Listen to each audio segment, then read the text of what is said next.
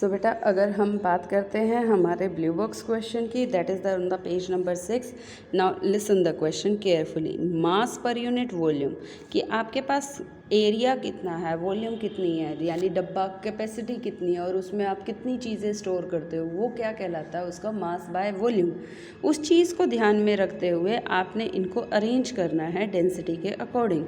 अब जैसे एयर है, एयर बहती रहती है, हवा, पार्टिकल्स भी दूर दूर होते हैं, यानी अगर एक फिक्स्ड कंपोजिशन वॉल्यूम लेके चलते हैं तो पार्टिकल्स दूर दूर होते हैं। Exhaust from the chimneys, exhaust from the chimney का मतलब है बेटा जो हमारा चिमनी है, धुआं निकलता है जिसमें, उसमें पार्टिकल्स भी होते हैं। यानी एयर में तो सिर्फ गैस है, लेकिन चिमनी वाले एग्जॉस्ट में गैस के अलावा कार्बन पार्टिकल, जली हुई राख के पार्टिकल भी होते हैं, यानी उससे भारी हो गया। हनी, हनी और गाढ़ा हो गया। लिक्विड, बेटा ये गैस हो गए, हनी लिक्विड में आ गया, वाटर भी लिक्विड में आ गया। तो सबसे ज़्यादा डेंसिटी किसकी होती है बेटा, सॉलिड की, उससे ज़्यादा लिक्विड, कम उससे लिक्विड की, और सबसे कम गैस की।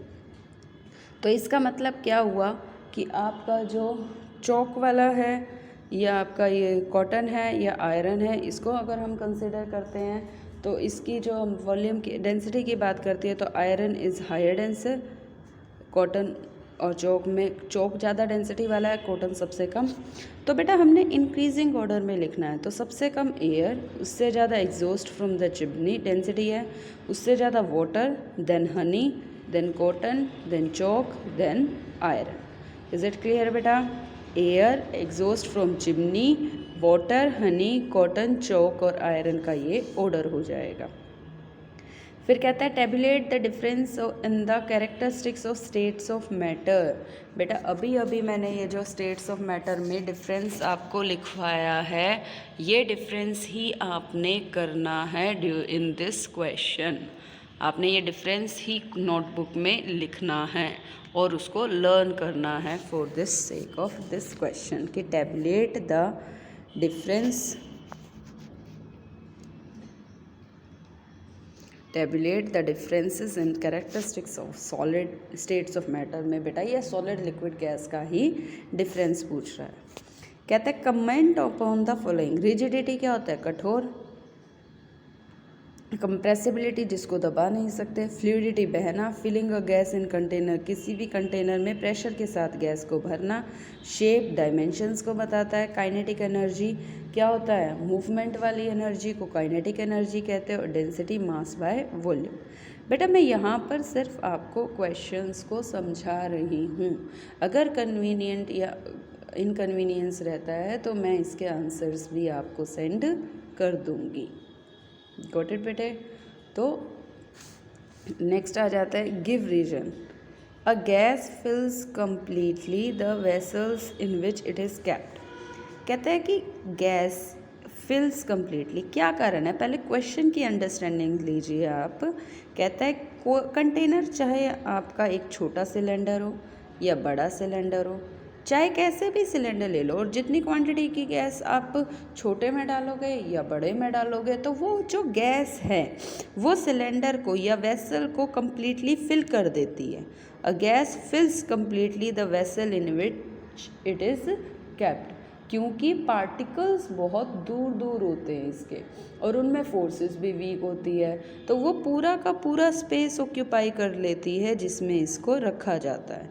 तो इसका आंसर मेन क्या रहेगा, the particles are far apart and we have weakest force, so they are fills completely in the vessel which is it is kept. फिर कहता है a gas exert pressure on the walls of container.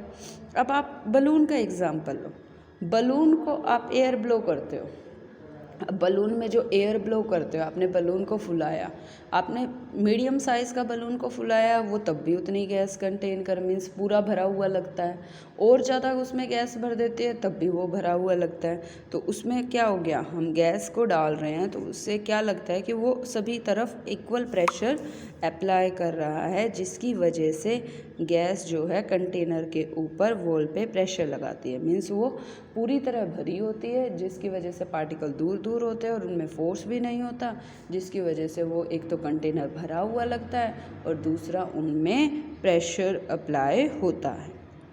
फिर कहता है next, a wooden table should be called a solid. एक wooden table को आप solid क्यों कहोगे? इनकम्प्रेसिबल है, उसकी शेप और साइज़ फिक्स्ड है, उसकी रिजिडिटी है, उसमें पार्टिकल्स पास पास है, तो ये सभी रीजंस उसको सॉलिड बनाते हैं। We can easily move our hand like in air. मैं अपने हाथ को यहाँ वहाँ मूव ईजिली कर सकती हूँ इन एयर। एयर ही तो है हमारे आसपास। फिर कहता है but to do the same through a solid block. अगर मुझे इस टेबल में से हाथ पास करना पड़ेगा तो मुझे एक कराटे एक्सपर्ट की तरह काम करना पड़ेगा, जिससे मैं इसको तोड़ के इसके अंदर से हाथ पास करूं। तो इसका कारण क्या है कि बेटा एयर में पार्टिकल दूर दूर होते हैं तो हमें फोर्स कम लगानी पड़ती है उसको फ्लो अपने हैंड को मूव करने के लिए, लेकिन सॉलिड में पार्टिकल क्लोज होते हैं जिसकी वजह से उस टेबल के अंदर से हम हाथ क्रॉस नहीं कर सकते। कहता है liquid generally have lower density as compared with solid. हमने अभी पढ़ा कि लिक्विड की डेंसिटी सॉलिड से कम होती है। तो आपने कभी ऑब्जर्व किया है कि आइस जो है वो वाटर के ऊपर फ्लो करती है? पता है आप सभी को कि बर्फ़ जो है वो पानी के ऊपर फ्लो क्यों करती है, जबकि बर्फ़ तो सॉलिड है और पानी लिक्विड है।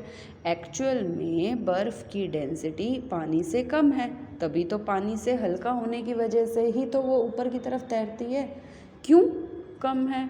क्योंकि बर्फ़ का बेटा केज लाइक स्ट्रक्चर होता है। कैसा स्ट्रक्चर होता है? Cage like structure. क्लियर है? तो बेटा ये सभी क्वेश्चंस आपने नोटबुक में करने हैं, और for any doubt you prepare for your doubt in the Google Meet. Thank you everyone.